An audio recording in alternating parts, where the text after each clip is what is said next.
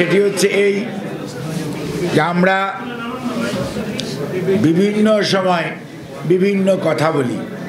কিন্তু আমরা সব সময় একটা জিনিস মনে রাখতে হবে, শহীদ রাষ্ট্রপতি জিয়াউর রহমান সব সময় দেশের জন্য, দেশের মানুষের কল্যাণের জন্য কাজ করেছেন এবং দেশের মানুষকে স্বাবলম্বী করা, দেশে গণতন্ত্র ফিরিয়ে দেওয়া, দেশের সার্বভৌমত্ব রক্ষা করা, সর্বোপরি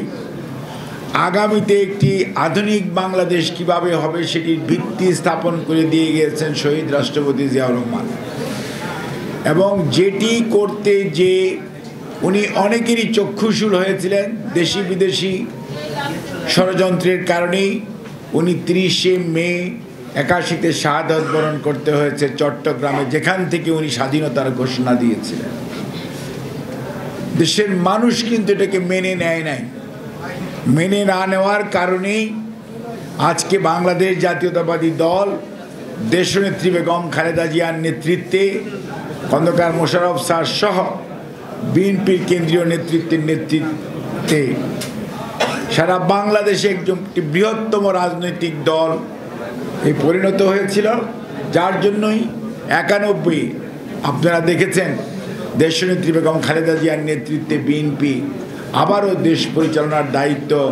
জনগণ ভোটের মাধ্যমে তাকে দিয়েছে। এবং বিএনপি কিন্তু এমন দল, মানুষের আকাঙ্ক্ষার সাথে সবসময় খাপ খাইয়ে চলার দল। জিয়াউর রহমান স্যার যেমন অর্থনীতি, প্রশাসন, বিচার ব্যবস্থার আমূল সংস্করণ করেছেন, বহুদলীয় গণতন্ত্রে আবার ফেরত দিয়েছেন, একইভাবে বেগম খালেদা জিয়া উনি রাষ্ট্রপতি শাসিত সরকার থেকে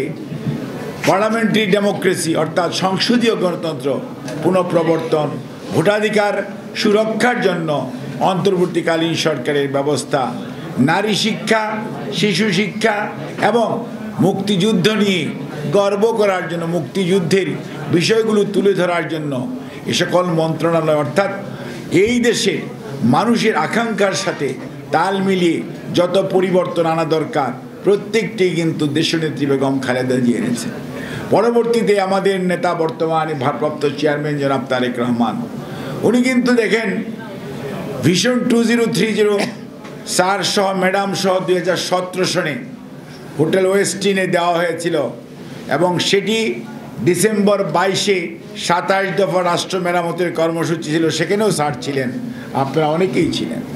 এবং 2023-এর জুলাই মাসে সকল গণতন্ত্রকামী রাজনৈতিক দলদেরকে নিয়েই আগামীর বাংলাদেশ গড়ার জন্য 31 দফা রাষ্ট্র মেরামত রাষ্ট্রীয় সংস্কারের কর্মসূচি, যেটি আর বিএনপির কর্মসূচি নয়, গণতন্ত্রকামী মানুষের কর্মসূচি হিসাবে পরিগণিত হয়েছে, যেটি আগামীর বাংলাদেশ পুনর্গঠনের জন্য অত্যন্ত জরুরি। কাজে এই অবস্থায় বিএনপি সবসময় মানুষের আকাঙ্ক্ষাকে ধারণ করেছে। আগামী দিনের বাংলাদেশ কিভাবে হবে, অর্থাৎ আগামী প্রজন্ম বাংলাদেশকে কিভাবে দেখতে চায়, সেটি ধারণ করার আধুনিক দলের নাম বাংলাদেশ জাতীয়তাবাদী দল। কাজেই বাংলাদেশ জাতীয়তাবাদী দল সংস্কারের ভিতর দিয়ে যে দলের যাত্রা শুরু, সংস্কারের সব সময় পরিবর্তন এবং সংযোজন বিয়োজনের মাধ্যমে সংবিধানকে কিভাবে আধুনিক করা যায়, আগামী প্রজন্ম বর্তমান প্রজন্মকে চাওয়াকে ধারণ করা যায় এবং একটি স্বাবলম্বী বাংলাদেশ হিসাবে বাংলাদেশকে পৃথিবীর মানচিত্রে তার স্বমহিমায় উদ্ভাসিত করা যায়, সেই লক্ষ্যেই কিন্তু বিএনপি সবসময় কাজ করছে।